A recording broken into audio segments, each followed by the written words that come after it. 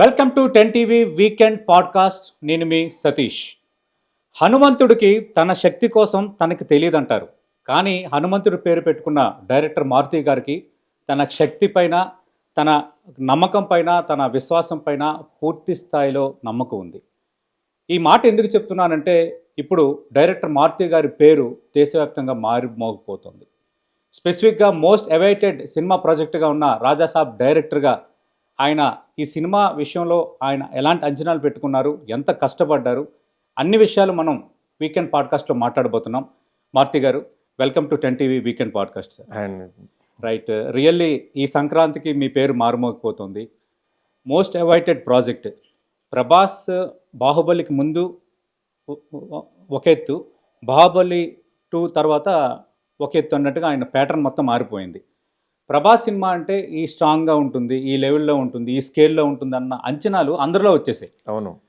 రెండోది, కామెడీ కూడా అద్భుతంగా పండించగలరు. టైమింగ్ చిరంజీవి గారి తర్వాత కొంత కామెడీ టైమింగ్ బెస్ట్గా ఉన్న యాక్టర్ అని ఒకరిద్దరు అనడం నేను విన్నాను.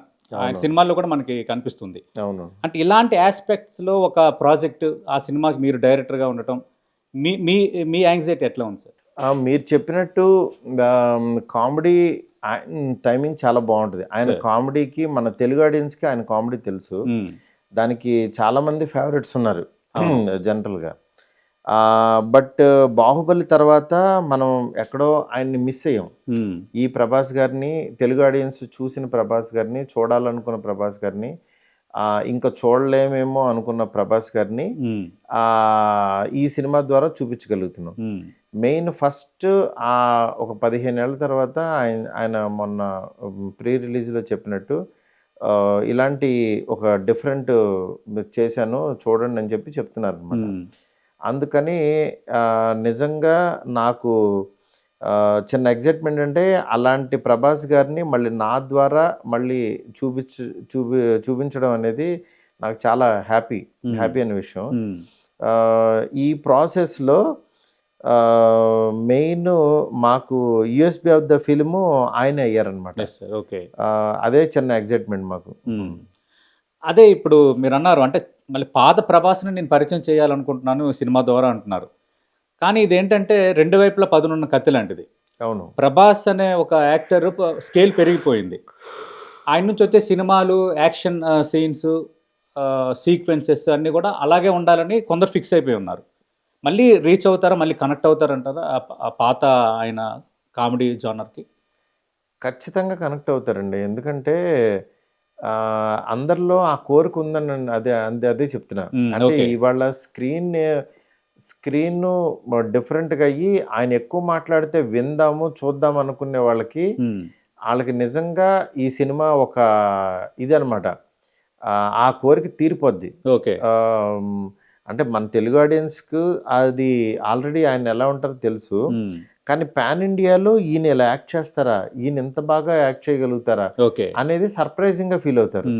ఆ సర్ప్రైజ్ అనేది ఈ సినిమా ద్వారా డెఫినెట్గా ఇవ్వబోతున్నాం. ఓకే. అంటే ఇప్పుడు అంటే అన్నీ ఉన్నట్టేనా, అంటే యాక్షన్, కామెడీ, థ్రిల్లింగ్ అన్నీ ఉన్నట్టేనా మొత్తం?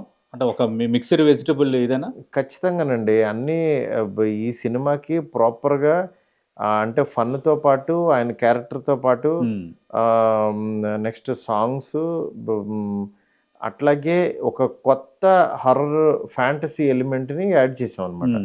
అందువల్ల అది కన్ఫర్మ్గా మీరు స్క్రీన్ మీద అయితే కొత్తగా ఫీల్ అవుతారు. ఓకే. అంటే ఏంటి సార్, ఇది మల్టీ జానరా లేదంటే?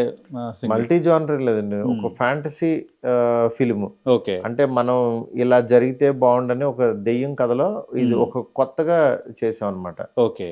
అంటే ఇప్పుడు ప్రేమ కథ చిత్రం మీరు తీసిన దెయ్యం కాన్సెప్ట్ అది, కానీ విపరీతమైన కామెడీ. అవును. నేను అప్పుడప్పుడు రిపీటెడ్గా చూస్తుంటా కూడా ఇంట్లో. అంటే ఆ సీన్స్ అవన్నీ అంత చక్కగా మీరు తీశారు. నాకు తెలిసి దాని తర్వాత మీరు తీస్తున్న ఇది అది. అవును. బట్ అది ఒక స్మాల్ బడ్జెట్, కొంచెం మీడియం బడ్జెట్ సినిమా. కరెక్ట్. ఇది ఎక్స్పెక్టేషన్స్ పెద్దవి, నిర్మాణ సంస్థ పెద్దది, ప్రాజెక్ట్ పెద్దది, అంతకుమించి హీరో పెద్దది. అవును. సింక్ అవుతుంది అంటారా?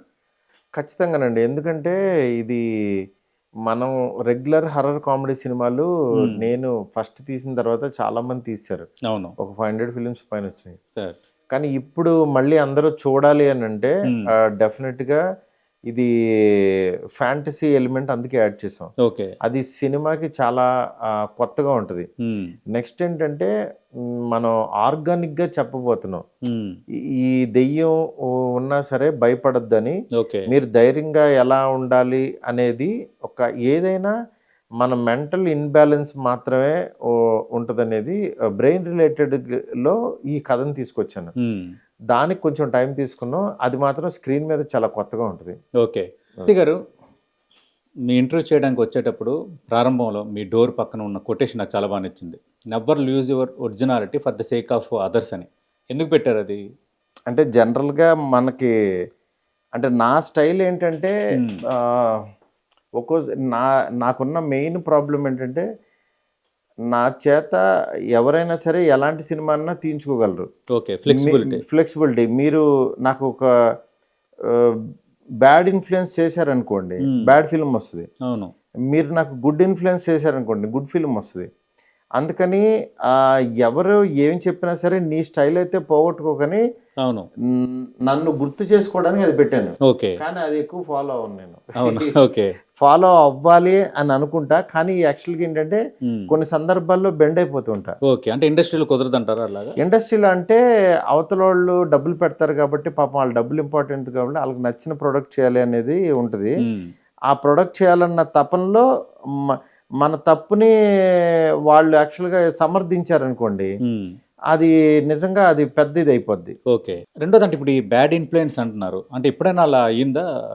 కొంచెం అట్లా మీరు డైవర్ట్ అవ్వటము, ఎవరో ఒకరు చెప్పిన దానికి డైవర్ట్ అయ్యి సినిమా రిజల్ట్స్ వేరేగా రావటం అట్లా? అంటే bad influence in the sense అదే నేను చెప్తున్నా, వచ్చినాయి కదా నేను తీసిన సినిమాల్లో కొన్ని యావరేజ్లు ఉన్నాయి, కొన్ని హిట్లు ఉన్నాయి. వెంకటేష్ గారితో అట్లాంటివన్నీ ఆన్ అండ్ ఆఫ్ జరుగుతుంటాయి కాబట్టి నేను అందుకనే ఆ బ్లేమ్ ఎవరి మీద పెట్టను. అది తప్పు నాదే.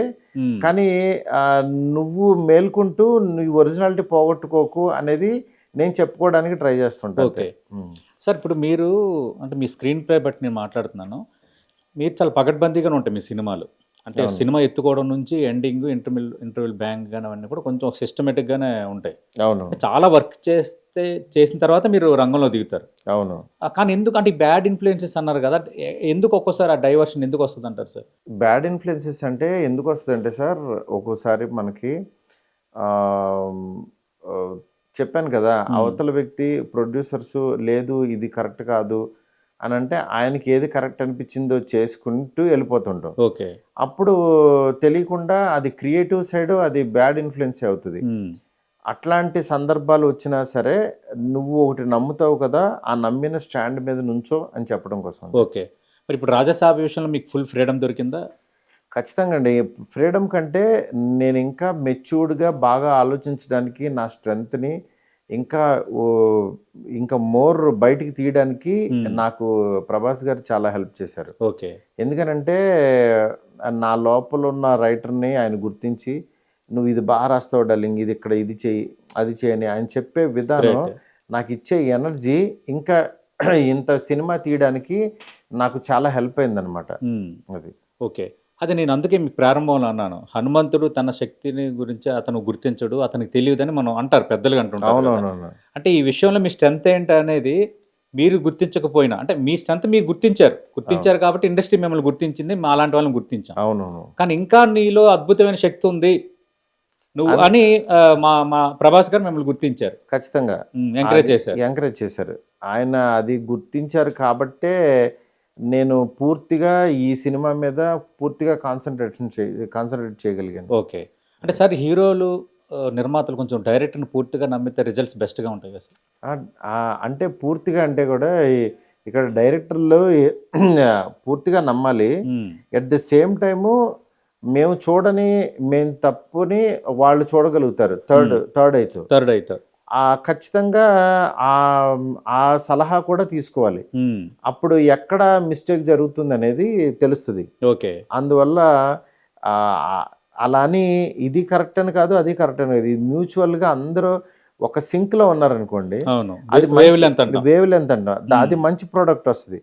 ఎందుకంటే సినిమా అనేది ఒక తెలియని ఒక ఇమాజినేషన్లో క్రియేట్ చేసే ఒక ఇది అవును సార్. అంటే ఒక వైట్ పేపర్ మీద కొన్ని పాత్రలన్నీ క్రియేట్ చేసుకుని ఇమాజినేషన్లో ఫస్ట్ సినిమాని మనం చూసి ఆడియన్స్కి చూపించడం, చూసి వాళ్ళు ఆ ప్రపంచంలోకి తీసుకెళ్ళడం అనేది ఇట్స్ నాట్ ఈజీ థింగ్. అవును. అంటే మనం ముందు చూడగలగాలి. అవును. అది మీరన్నట్టు మనం ఫస్ట్ ఒక ఊహించగలగాలి. అవును. రైట్.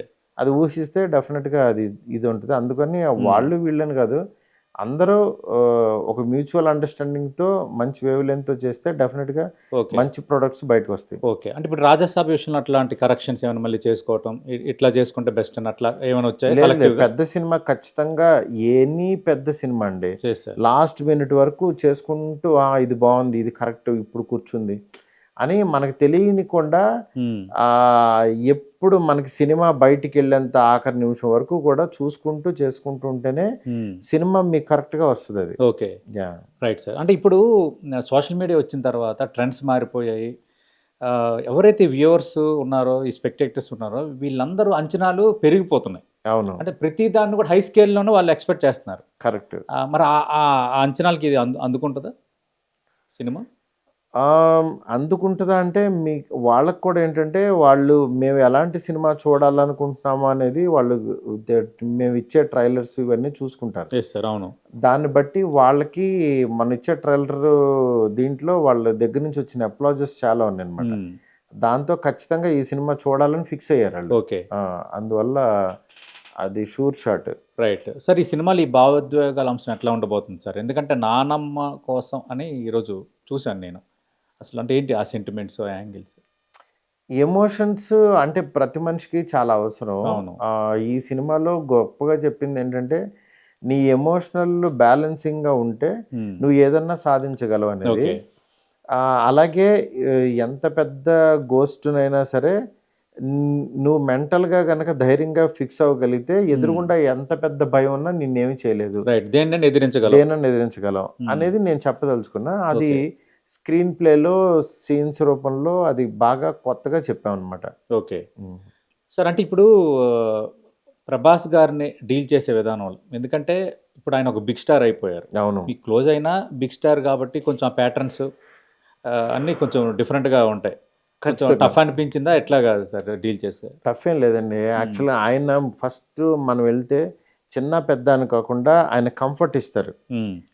Like you. ఆ! నేను అది ఫీల్ అవుతున్నా సార్. భలేవాళ్ళు. కంఫర్ట్ ఇస్తారు. కంఫర్ట్ ఇచ్చినప్పుడు మనకేమవుతదంటే, మనం ఏదన్నా సరే ఫ్రీగా మాట్లాడగలుగుతాం. ఆయన రైట్ సార్. చెప్పమంటారు. మీ ఒపీనియన్ చెప్పండి అని చెప్పమంటారు. అప్పుడు డెఫినెట్‌గా మనం చెప్పే విధానం అన్నీ కొంచెం ఫ్రీ అవుతాం. ఓకే. అందుకని నాకు ఆయన దగ్గర ఆ కంఫర్ట్ ఉంది కాబట్టి ఈ సినిమా తీయగలిగాను ఓకే. ఈజీగా. అంటే మారుతి గారు మీరు మంచి హిట్స్ ఇచ్చారు. కానీ బిగ్ ప్రాజెక్ట్స్ ఏమి చేయలేదు. అంటే ఈ స్కేల్‌లో. అవును. కానీ ఎట్లా ఒప్పించగలిగారు సార్ ప్రభాస్ గారిని? ఎలా కనెక్ట్ అయింది సినిమాకి అసలు అంటే చెప్పే మూలం సీన్స్ ఎక్కడ? ఇవన్నీ కూడా ఆయనకి లోపలికెళ్ళే విధానంలోనే తెలిసిపోద్ది మనకి. ఓకే. ఈ సీన్ పండుతది థియేటర్‌లో, ఈ సీన్ ఎంజాయ్ చేస్తారు అని. అప్పుడు ఆటోమేటిక్‌గా ఆయన కూడా సినిమా బావుందనే ఫీలింగ్ వస్తది ఆయనకి ఓకే. కూడా. అది. అంటే ఎందుకంటే విశ్వప్రసాద్ గారు ఇప్పుడు మీ పాడ్‌కాస్ట్ కంటే ముందు మీ సినిమా నిర్మాత విశ్వప్రసాద్ గారితో నేను వీకెండ్ పాడ్‌కాస్ట్ చేశాను. నేను అడిగా, "ఎట్లా సార్ ఈ ప్రాజెక్ట్ ఎట్లా కుదిరిందంటే," "కాదండి ఆల్రెడీ మారుతి గారు, ప్రభాస్ గారు ప్రాజెక్ట్ అంటే వాళ్ళిద్దరు ఫిక్స్ అయిన తర్వాత నేను యాడ్ అయ్యాను గానీ, నేను ప్రభాస్ గారితో మాట్లాడి తర్వాత మారుతి గారిని ఎంచుకోవటం కాదని" అన్నారు. అవును. అది ఎట్లా జరిగింది సార్? అది ఫస్ట్ అదేనండి. ప్రభాస్ గారు పిలిచిన తర్వాత ఆయన సరదాగా ఒక చిన్న సినిమా చేద్దాము, ఫన్ సినిమా చేద్దామని అనుకున్నారు. దాని తర్వాత నేను రాసిన తర్వాత కథ గ్రోత్‌ని బట్టి ఓకే. లేదు ఇది పెద్ద సినిమా, ఇది చిన్న సినిమా కాదని అలా ఫిక్స్ అయ్యి, మా క్రియేటివ్ జర్నీ జరుగుతున్నప్పుడు యాక్చువల్‌గా విశ్వ గారు లేదు నేను చేస్తాను ఈ సినిమా అని చెప్పి ఆయన ఇన్వాల్వ్ అవ్వటం. ఓకే. ఇది తెలియకుండా స్కేలు పెరగటం. దీనికి విశ్వ గారి సైడ్ నుంచి నాకు చాలా హెల్ప్ అవ్వటం. ఓకే. ఇవన్నీ జరిగినాయన్నమాట. ఎందుకంటే ఆయన సీజీలు అవన్నీ చేశారు కాబట్టి. మారుతి గారు మనం ఇందాక మాట్లాడుకుంటున్నాం. అంటే ఎలా కనెక్ట్ అయింది ఈ సబ్జెక్టు మీ ఇద్దరికి మధ్య అని? అదేనండి. ఆయన యాక్చువల్‌గా ఒక చిన్న సినిమా ఏదో చేద్దామని అనుకున్నాము. అంటే ఫన్ సినిమా చేద్దామని అనుకున్నారు ఆయన. కానీ తర్వాత నేను రాసే కథను బట్టి, వచ్చిన స్కేల్‌ని బట్టి ఆయన లేదు ఈ సినిమా చాలా మంచి సినిమా అవుతుందని ఆయనకి కాన్ఫిడెన్స్ పెరగటం. దాని తర్వాత విశ్వ గారు ఎంటర్ అవ్వటం. విశ్వ గారు ఎంటర్ అయిన తర్వాత ఆయనకు ఒక సీజీ కంపెనీ ఉండటం. ఇవన్నీ నాకు చాలా హెల్ప్ అయినాయి. ఈ కథ స్పాను నెక్స్ట్ లెవెల్‌కి తీసుకెళ్ళడం కోసం. ఓకే. దాంతో ఇది ఈ లెవెల్‌కి ఇట్లా వచ్చిందనమాట. ఓకే.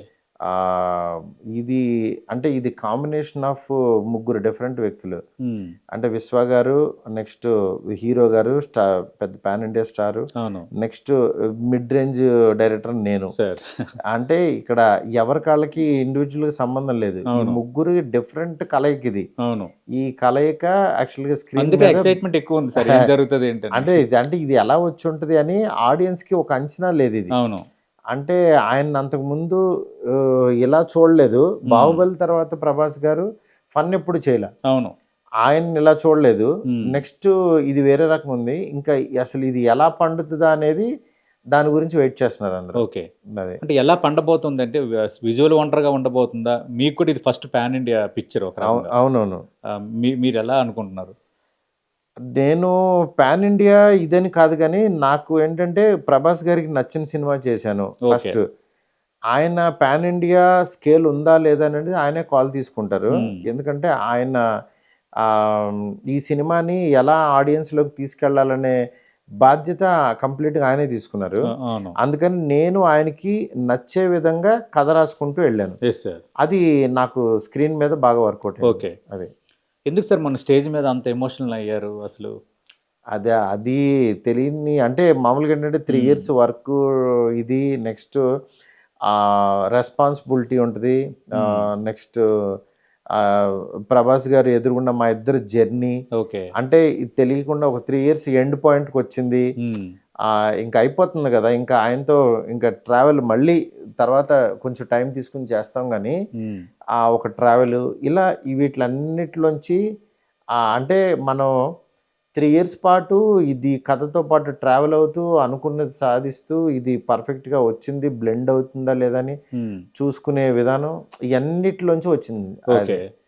అట్లా జరిగిపోయిందది. అంటే మీ లైఫ్ స్టోరీ కూడా ఒక సినిమాలాగే ఉంటది. మీరు అవునవును. చాలా కష్టపడి వచ్చి ఇక్కడ అన్ని రకాలు చేసి ఫైనల్‌గా ఒక డెస్టినేషన్‌లో ఉన్నారు. ఒక డైరెక్టర్‌గా స్థిరపడ్డారు. అవును.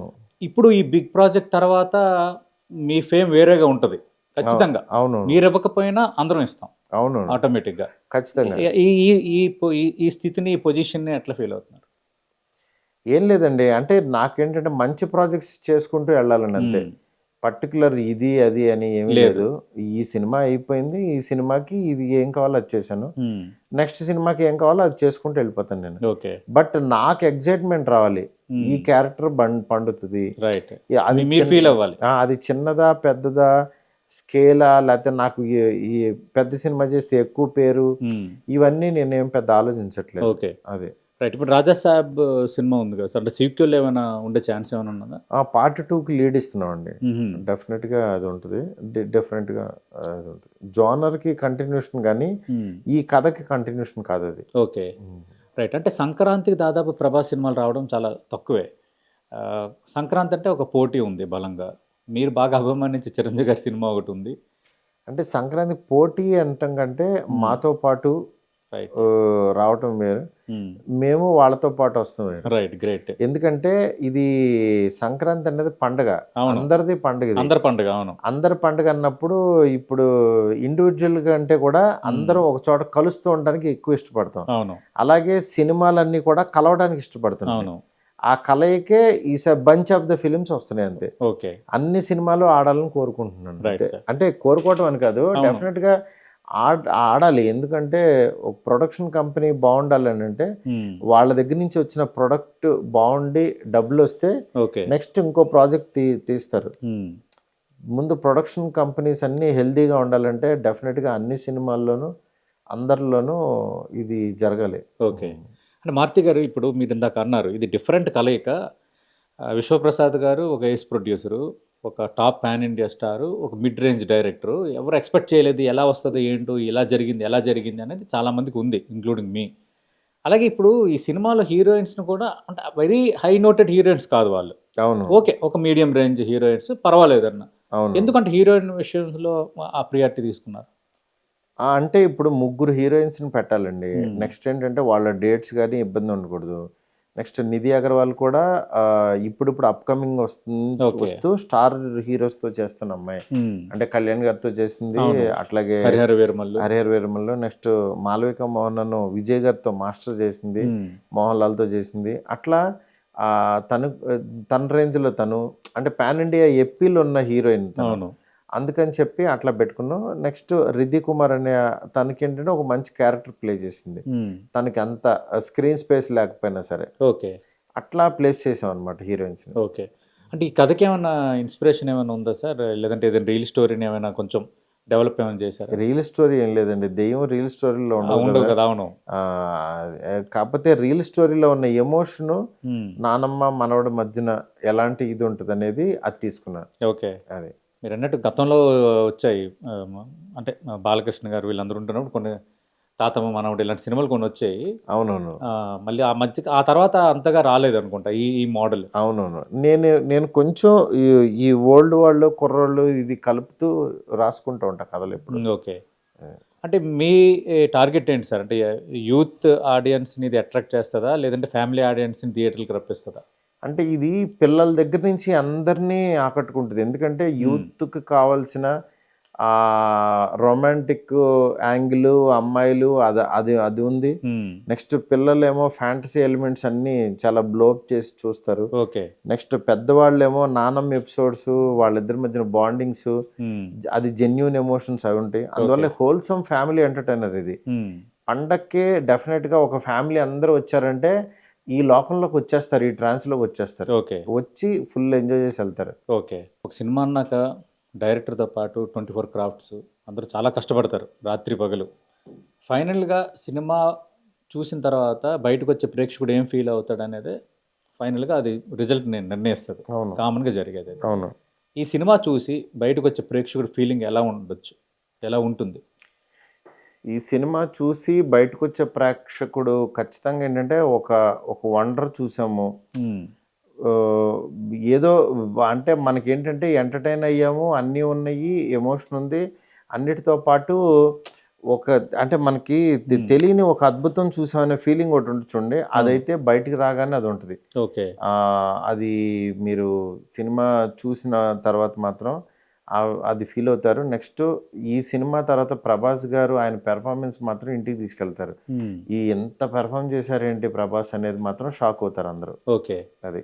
ఇంకా ఎలాంటి కష్టం ఎదురైంది సార్? మొత్తం ఈ 3 సంవత్సరాలు ఉన్నారు గదా! చాలా అంటే పెద్ద నిద్రలేని ప్రాజెక్ట్ రాత్రులు కాబట్టి కూడా ఉండుంటాయి. పెద్ద ప్రాజెక్ట్ కాబట్టి డెఫినెట్‌గా అవన్నీ ఉంటాయి. హ్మ్. ఆటిలన్నిటిని చూసుకుంటూ వెళ్ళాము. ఇవన్నీ కొంచెం బానే అంటే నా స్థాయికి తగ్గట్టు నేను ఎంత హ్యాండిల్ చేయాలో అంతా హ్యాండిల్ చేశాను. ఓకే. అది. అంటే సార్ మ్యూజిక్ విషయానికొస్తే ఎక్కువ మంది ఇప్పుడు పాటలు, మ్యూజిక్‌తో పాటు బ్యాక్‌గ్రౌండ్ స్కోర్ అనేది స్పెసిఫిక్‌గా తీసుకుంటున్నారు. అవును. హీరో ఎలివేషన్ అప్పుడు గానీ, లేదంటే కామన్‌గా వచ్చే బ్యాక్‌గ్రౌండ్ స్కోర్ గానీ, ఆ విషయంలో ఎలాంటి కేర్ తీసుకున్నారా? ఎలాంటి వర్క్ చేశారు సార్? మ్యూజిక్ బ్యాక్‌గ్రౌండ్ స్కోర్ తమన్‌ని మించిన ఎవరు లేరండి నాకు హ్మ్. తెలిసి. హ్మ్. ఎందుకనంటే తను సినిమాని అర్థం చేసుకొని, సినిమాకి, కథకి ఏం కావాలో అది ప్రాపర్‌గా డెఫినెట్‌గా బాగా ఇస్తాడు. ఓకే. అందులో డౌట్ లేదు. హ్మ్. నెక్స్ట్ తనకి ఆడియన్ పల్స్ తెలుసు. థియేటర్‌లో ఆడియన్ ఎలా కూర్చోబెట్టాలి? ఎలా కూర్చోపెడితే ఎలాంటి కైండ్ ఆఫ్ ఏ సినిమా జోనర్‌కి, ఏ కైండ్ ఆఫ్ ఫిల్మ్‌కి ఇస్తారు. ఎలాంటి మ్యూజిక్ ఇస్తే ఆడియన్ హుక్ అయ్యి ఎంజాయ్ చేస్తారు. హ్మ్. నెక్స్ట్ వచ్చే సీజన్ ఏంటి? ఆ చుట్టుపక్కల ఉండే సినిమాల్లో ఎలాంటి మ్యూజిక్ ఉంటది? దాన్ని దాటి నేనెలా ఇవ్వాలి? ఈ సినిమాని ఎలా మోసుకెళ్ళాలి అనేది మాత్రం ఖచ్చితంగా తీసుకుంటాడు ఆ వెయిట్. ఓకే. అంటే తను చెప్పే విధానం, సినిమా గురించి చెప్పే విధానం ఒకటుంటది. అది డెఫినెట్‌గా బా చెప్ ఆహ్, చేస్తాడు. మాకు తమను ఈ సినిమాకి మాత్రం హ్మ్. అసలు వేరే అద్భుతంగా ఇస్తున్నాడనమాట. ఓకే. ఇంక మిగతా సాంకేతికపరమైన అంశాలు హైలైట్స్ ఏమైనా ఉన్నాయా సార్? హైలైట్స్ అంటే సినిమాలో క్యారెక్టర్స్ అందరూ వాళ్ళ పెర్ఫార్మన్స్‌లు అందరూ చాలా బాగా చేశారు. ఓకే. హైలైట్ అంటే సంజయ్ దత్ గారని చెప్పొచ్చు. హ్మ్. ఆయన పెర్ఫార్మన్స్ మాత్రం ఈ సినిమాకి మైండ్ బ్లోయింగ్ ఉంటది. ఓకే. ఈ ఆయన డైలాగ్ డెలివరీ గానీ, యాక్టింగ్ గానీ, ఆయన గుర్తుండిపోతారు తెలుగు ఆడియన్స్‌కి మాత్రం. ఓకే. ఖచ్చితంగా. ఓకే. అదే. అంటే మరి సంజయ్ దత్ ప్రమోషన్స్లో కనిపించట్లేదని కొందరు అంటున్నారు. ఆయన చాలా బిజీగా ఉన్నారు. మ్మ్. మాకు ఇంటర్వ్యూ అది ఇచ్చారు, మేము మళ్ళీ వదులుతున్నాం. ఓకే. అది బాంబేకి అట్లా పంపిస్తున్నాం. మ్మ్. అట్లాగే హీరో గారు కూడా హిందీకి కావాల్సిన ప్రమోషన్ అది చేస్తున్నారు. ఓకే. నెక్స్ట్ వీక్ అంతా బాంబే ప్రమోషన్స్ మీద కాన్సన్ట్రేషన్ చేస్తున్నాం. ఓకే. యా సార్ మీరు వచ్చారు, చాలా జానర్స్ తీశారు. అంటే నాకు లైఫ్లో ఈ సబ్జెక్ట్ నేను టచ్ చేయాలి, ఈ ప్రాజెక్ట్ చేయాలని ఏమైనా ఉందా అట్లా ఒక సింగిల్ టార్గెట్ ఏదైనా? నాకు ఉన్నాయండి, మంచి మంచి కథలు ఉన్నాయి చాలా. ఓకే. అవి తీయాలనేది ఉంది. వాటికి జానర్స్తో సంబంధం లేదు. మ్మ్. అలానే స్టార్స్తో కూడా ఇది స్టార్స్తోనే తీయాలనేది కూడా లేదు. లేదు. అంటే నాకు ఈ ఎమోషన్ని నేను ఎక్కువ లైక్ చేస్తాను. మ్మ్. ఆ కైండ్ ఆఫ్ ఫిలిమ్స్ ఉన్నాయన్నమాట. ఓకే. అంటే ఎమోషన్ లైక్ చేయడానికి ఏమైనా రీజన్ ఉంది సార్? అంటే మీ లైఫ్తో లింక్ ఏమైనా చేయొచ్చా? ఎమోషన్ అంటే చిన్నప్పటి నుంచి నాకు బేసికల్లీ కొంచెం వెరీ ఎమోషనల్ ఫీలో. ఓకే. అంటే కొంచెం బాండింగ్, తల్లిదండ్రులతో అనుబంధం. అవును, మా మదర్తో ఫాదర్తో ఎక్కువ అటాచ్ ఉంటుంది. అందులో ఫ్యామిలీతో ఎక్కువ ఉంటాను నేను. ఓకే. ఫ్యామిలీకి ఎక్కువ ఇంపార్టెన్స్ ఇస్తా. దానివల్ల కూడా మేబీ హ్యూమన్ ఎమోషన్స్కి నాకు ఎక్కువ ఇంపార్టెన్స్. ఓకే. ఎందుకంటే మీ సినిమాల్లో అది ఎక్కువ కనిపిస్తుంది. చాలా సినిమాల్లో ఎమోషన్ అయితే మిస్ కాదు. అవునవును. అంటే ఏదో ఒక బలమైన రీజను మనల్ని డ్రైవ్ చేస్తే తప్ప మన రైటింగ్లోనే మన డైరెక్షన్ అది రాదు కదా. అవునవును. లేదు అవన్నీ పర్ఫెక్ట్గా ఇదవుతుంది. ఓకే. అంటే అదే సార్, ఇప్పుడు పండగ కాబట్టి అందరూ వెళ్ళి చూడాల్సిన సినిమా అని అంటున్నారు. ఇంకా ఆల్ ఎలిమెంట్స్ అందరినీ ఎంజాయ్ చేస్తాయని ఒక ఫీలింగ్ అయితే ఉన్నారు బలంగా, చాలా అంటే స్ట్రాంగ్గా నమ్మకంగా ఉన్నారు. అవును. లేదు అది మీకు ఖచ్చితంగా సినిమాకి చూస్తారు, అది హెల్ప్ అవుతుంది. మీరు అంటే ఏది ఇమాజిన్ చేసుకుని అయితే వస్తారో అది ఖచ్చితంగా స్క్రీన్ మీద కనిపిస్తుంది. ఓకే. మారుతి గారు జోకర్ పాత్రలో కూడా మీరు ఒక ప్రోమోలో ఒకటి చూపించారు. అది జస్ట్ మాకేంటంటే అది సినిమా ఎండ్లో పార్ట్ 2కి లీడ్ అంతే. ఓకే. పార్ట్ 2కి లీడ్. అంతే, ఈ సినిమాకి సంబంధం లేదు. ఓకే. జస్ట్ ఎందుకంటే కొన్ని థ్రిల్లర్ సినిమాల్లో వచ్చాయి కానీ బట్ ఇలాంటి జానర్స్లో ఎప్పుడు రాలేదు మన హాలీవుడ్లో చూడటమే. అవునవును. ఓకే. లేదు, అది డిఫరెంట్గా ఉంటుందని చేసింది. ఓకే. అంటే సార్ ఇప్పుడు సీక్వెల్ ఉంటుంది, దానికి లీడ్ కూడా ఇవ్వబోతున్నాం అంటున్నారు. దానికి సంబంధించిన వర్క్ ఏమైనా రెడీ చేసుకున్నారు? స్క్రిప్ట్ అంటే ఆల్రెడీ నా దగ్గర కథ ఉంది, ఆయనకి చెప్పాను. దాన్ని బట్టి చేద్దామని. బట్ టైం తీసుకుంటా కొంచెం. ఓకే. కానీ స్కేల్లో చేయాల్సిన సినిమా కదా. Yes sir. అంటే ఇప్పుడు ఈ ఎలిమెంట్స్ ఏమి అక్కడ కనెక్ట్ కావు దాదాపు. దీనికి దానికి సంబంధం లేదు. అది వేరే కథ, ఇది వేరే కథ. జానర్ కంటిన్యూషన్ 2 అంతే గానీ అది వేరు కదా. ఓకే. అంటే ఇంకా కంటిన్యూటీ ఉంటుందా, సెకండ్ ఆగుతారా సార్? అంటే మనం ఎంతవరకు, ఎందుకంటే ఈ మధ్యకాలంలో మీరు అన్నట్టుగా ఆ ధోరణి ఇప్పుడు పెరిగింది. చాలా సినిమాలు, తమిళ డైరెక్టర్ చాలా సినిమాలు ప్రతి సినిమాకి ఒక లింక్ పెట్టుకుంటూ పోతున్నారు. అంటే బిజినెస్ పెరుగుతున్నప్పుడు డెఫినెట్గా ఆ ఎక్స్పెక్టేషన్ ఉంటుంది కాబట్టి అలా చేస్తారు. ఓకే. ఆ ఉద్దేశం కానీ ఇంకా వేరేదేం లేదు. ఓకే. Right sir. మళ్ళీ మీరు మాకు దొరకరు ఒక 5 మినిట్స్. యా అదే సార్, ఇప్పుడు ఒక్కసారి వెనక్కి తిరిగి చూసుకుంటే ఏమనిపిస్తుంది? కొత్తగా ఇండస్ట్రీలోకి వచ్చే డైరెక్టర్లు కానీ మిగతా వాళ్ళకి మీరు చెప్పేది ఏంటి? అంటే నేను చెప్పేది ఏంటంటే, ఏది చేయొద్దు. నాకు ఇది కావాలి, ఇది కావాలి, ఇది కొట్టాలి, ఇది చేయాలని చేసి మాత్రం చేయొద్దు. ఓకే. ఒక ఫ్లోలో వెళ్ళిపోమంట. కానీ ప్రయత్నాన్ని ఆపొద్దు. ఇంకా బెటర్ లాస్ట్ టైం చేసినది మళ్ళీ ఇప్పుడు చేయొద్దు. ఓకే. ఇప్పుడు ఏం చేయగలుగుతాం అనేది మాత్రం ఆలోచిస్తూ ముందుకెళ్తుంటే డెఫినెట్గా గ్రోత్ ఉంటుందంట. ఇదే నేను చెప్పేది మెయిన్. ఓకే. అది మీ లైఫ్ జర్నీలో చాలా కష్టాలు చూశారు. అంటే జేఎన్టీయూ నుంచి నిజాంపేట వరకు నడుచుకొని వెళ్ళటం, ఇవన్నీ కదలాడుతుంటాయా? ఇవన్నీ చూసి మళ్ళీ ఈ కష్టాన్ని అంటే మీ కష్టానికి తగ్గ ప్రతిఫలం ఇప్పుడు లభిస్తున్నప్పుడు ఈ రెండింటిని మ్యాచ్ చేసుకుంటున్నప్పుడు లైఫ్లో అంటే అప్పుడు నేను కష్టపడ్డానని ఏం ఫీల్ అవును. ఓకే. ఇప్పుడు కష్టపడ్డానని ఏమి ఇదవును. ఎందుకంటే ఇప్పుడు అన్ని ఫెసిలిటీస్ ఉన్నాయి, కానీ మెంటల్ కష్టం ఇప్పుడు ఉంటుంది. Yes sir. అప్పుడు ఏముంది, అప్పుడు కష్టం అంటే నడకే, ఫిజికల్ కష్టం. అవును. అంటే మన దగ్గర డబ్బులు అన్నీ ఉన్నాయి కానీ మెంటల్ పీస్ లేదు. మెంటల్ పీస్ అంటే మెంటల్ కష్టం ఉంటుంది. కాకపోతే బాధ్యత, రెస్పాన్సిబిలిటీ, ఇంత పెద్ద బాధ్యత అనేది ఉంటుంది కాబట్టి ఆ భయం ఉంటుంది అంతే. ఇంకా వేరేది ఏం కాదు. అంటే మీరు ఆ థీరీ కూడా చెప్పారు, కారు ఒక మంచి ఇల్లు ఉంటే కాదని ఒక ఏదో ఇంటర్వ్యూలో చెప్పారు ఒక థీరీ. అవును. అంటే ఇంటి సైజు ఇవి పెరుగుతూ ఉంటాయి కానీ మన ఇది వెళ్ళదని చెప్పాను అంతే. మెయిన్ ఒకటేనండి, పని చేస్తూ వెళ్ళిపోవాలి. పని అంతే. ఓకే. ఇంకా అంతకుమించి వేరేదేం లేదు. రైట్. సార్ ఇప్పుడు మనం ఈ మధ్యకాలంలో చూసాం. అంటే నిధి అగర్వాల్ ఒక లూలు మాల్‌కి వెళ్ళటము, అది ఇష్యూ అవ్వటం. శివాజీ గారు ఒక వేదికపై మాట్లాడటం. ఇవన్నీ బికెమ్ ఏ ఇష్యూ అయిపోయాయి. దీనిపై మీరేమంటారు సార్? లూలు మాల్ అంటే ఏదైనా సరే సార్, ఇప్పుడు ఎవ్వరు కావాలని చేయరు. అక్కడ ఉన్న క్రౌడు అంటే తను తీసుకున్న లైట్ విధానం ఇప్పుడు ఎవడో వచ్చి పడిపోతుంటారు అట్లా. అవును. ఎవరు కావాలని చేయరు. అట్లా అంటే ఆ ప్లేస్‌లో నేను నడిచాను కదా! నా అవును. మీద కూడా జనం అంటే క్రౌడ్ ఎళ్తున్నప్పుడు వీళ్ళకి దగ్గరగా ఉన్నవాళ్ళు పడిపోతుంటారు. అన్‌బేరబుల్. అంతేగాని కాతే అక్కడ సెక్యూరిటీ ఈ జనాలు కూడా ఆపలేకపోయారు. అవును. అంతేగాని ఎవరిది మిస్టేక్ కాదు. అవును. అట్లా కొంచెం ఆ డిస్కంఫర్ట్ అయింది.